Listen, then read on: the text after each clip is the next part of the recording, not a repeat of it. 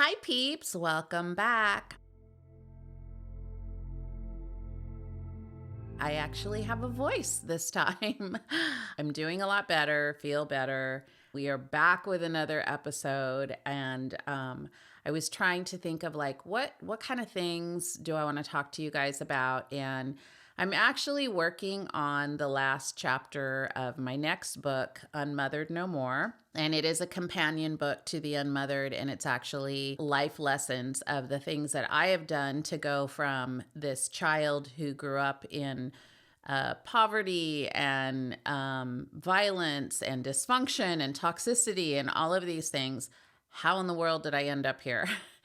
And so as I was writing the last chapter, I thought this is actually a good episode too, because the last chapter is about what do you want your legacy to be? So now that I am in my 60s, I have this next generation forming. I get to see my grandchildren in the next generation coming up. And it made me think of so many times we're so stuck in the here and now. Like my life is a mess now. I have trauma now. I have all these things now. And I think one of the things that we really also need to think of is the future.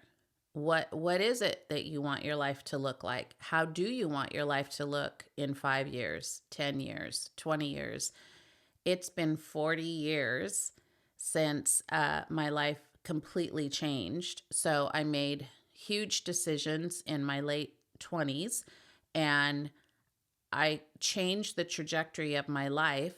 At that point, I met Mike, and we just started these new habits and formed new ideas and kept growing and kept learning and kept moving forward. But now, and in the middle of that, I did start thinking about legacy a little bit. What did I want my life to look like as my kids got older? Well, now I'm here. My kids are grown.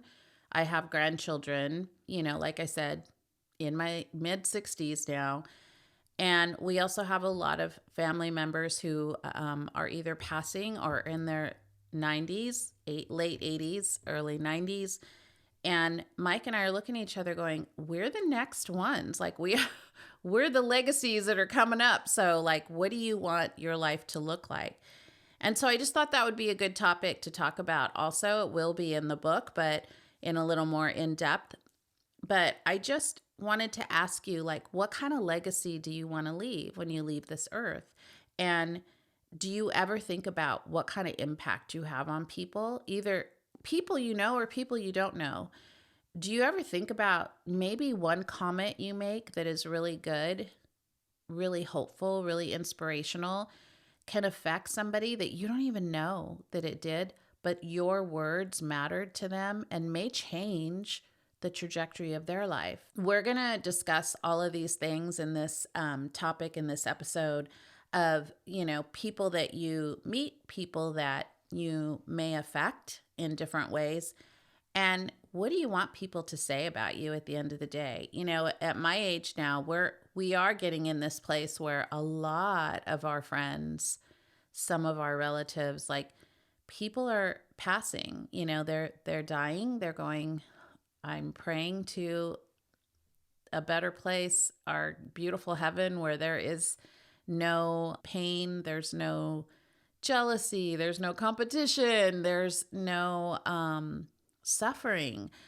And so although that is like the ultimate, like that's where I want to go, because this world is hard.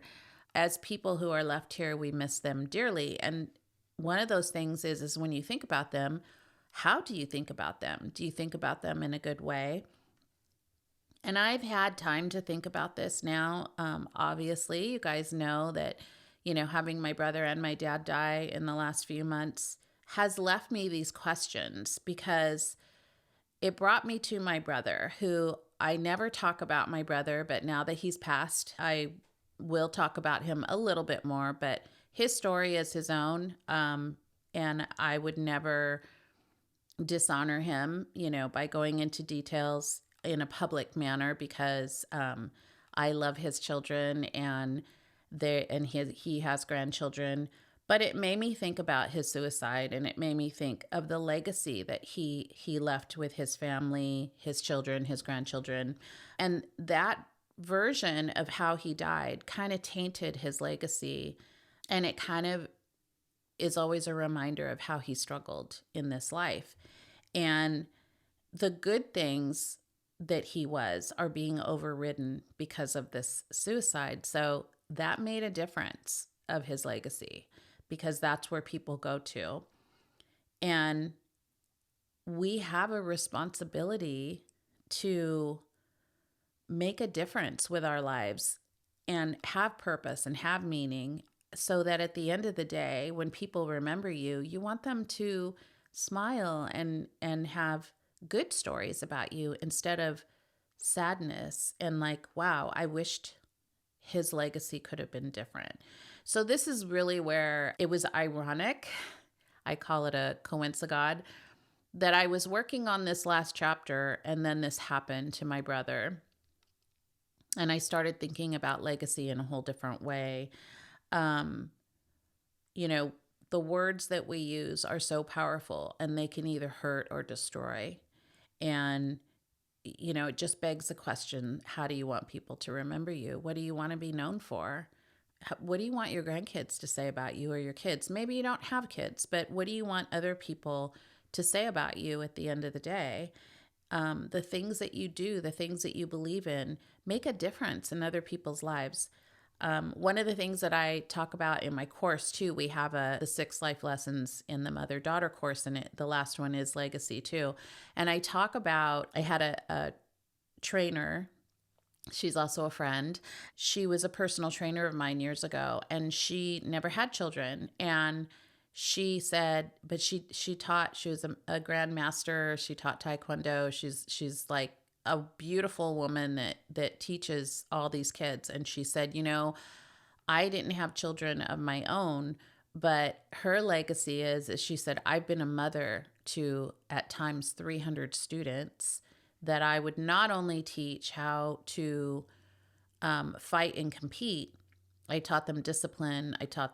She taught them great manners, respect, all of these really great qualities. And she said that some of those kids would come back, 20 years later, they would come back and say, you made such a difference in my life because the lessons you taught me, not the physical lessons, but the mental lessons, the emotional side of these lessons stuck with them. And so they said, you have made me the person I am today, because they hear her words in their mind, right? They hear those positive things pouring into them. They know that this person is someone they can trust and someone they can believe. And so I think that's really important. And so I was thinking like, yeah, her legacy is going to be like, she was a mother to all. Like she had a great mother spirit.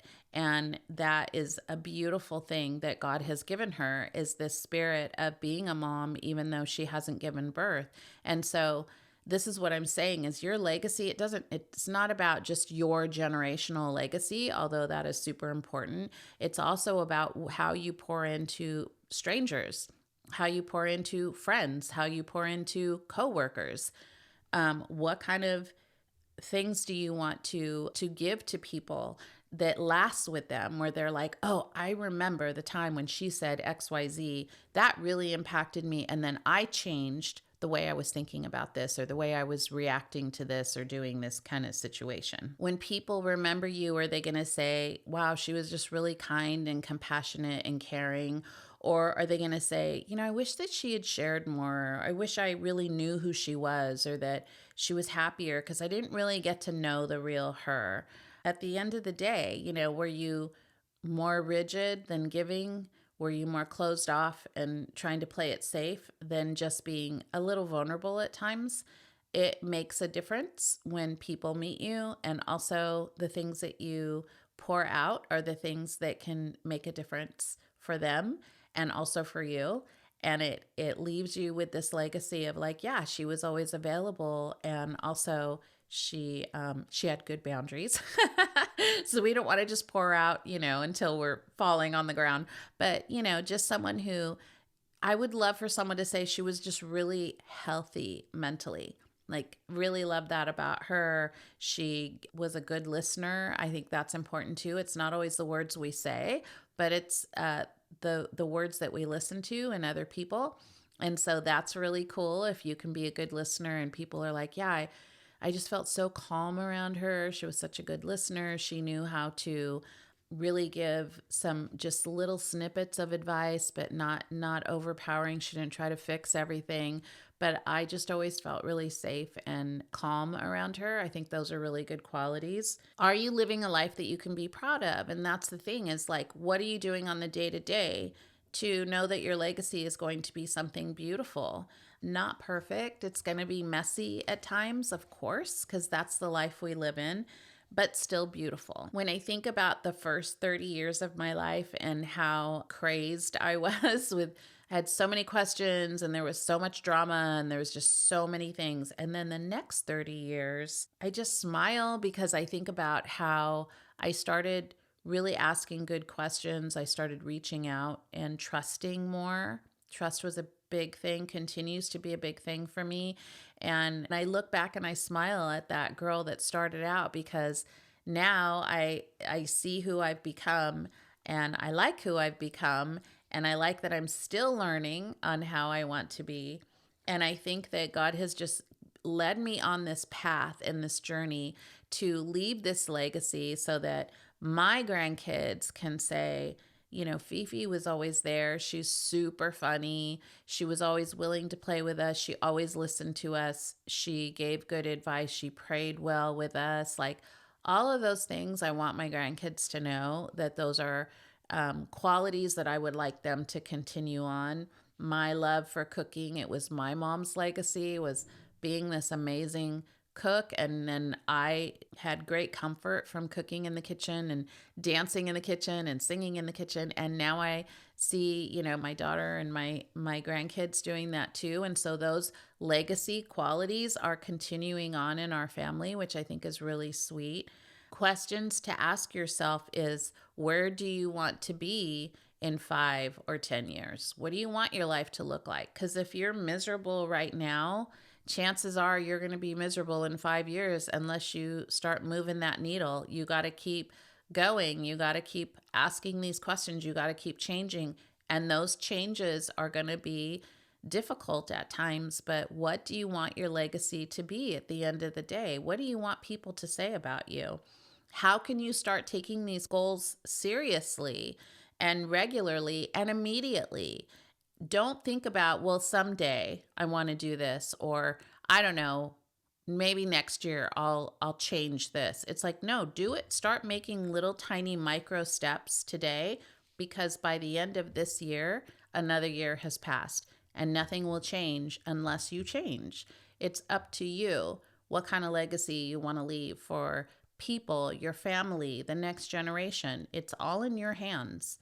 Do you live each day in the truth that is moving you forward? Because if you're not living a truthful life, chances are your legacy is not going to be pretty. And you're kind of like spinning your wheels and you're not living your purpose. God has a purpose for each person and it looks different for each person.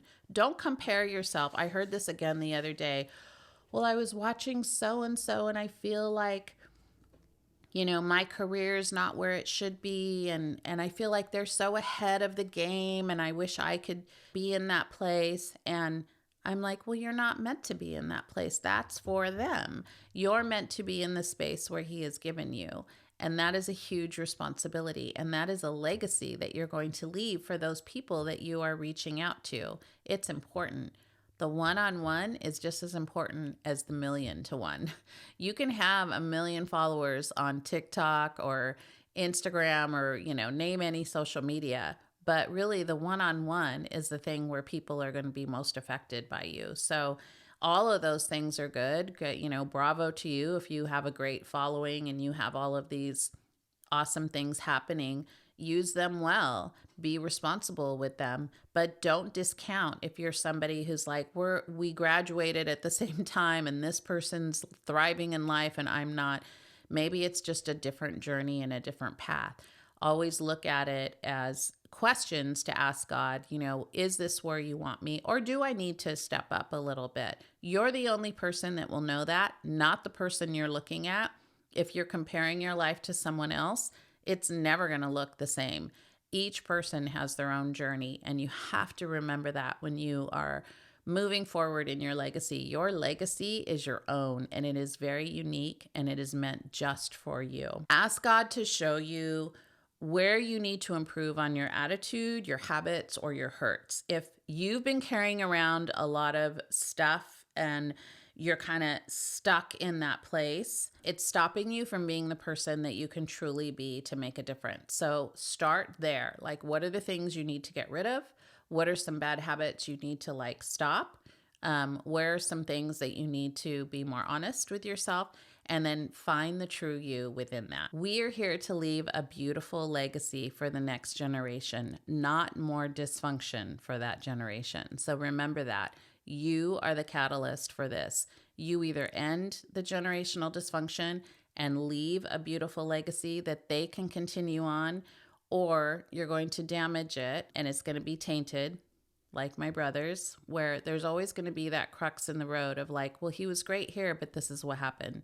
And then that leaves a burden on the next generation. And so now his children have to help change that and make that something better than where my brother left it. And that's unfortunately the truth of what has happened. And it's sad to think of that, but that's the realism of what is happening. You either leave a good legacy or you leave a tainted one where people just go, oh, that's really sad that happened.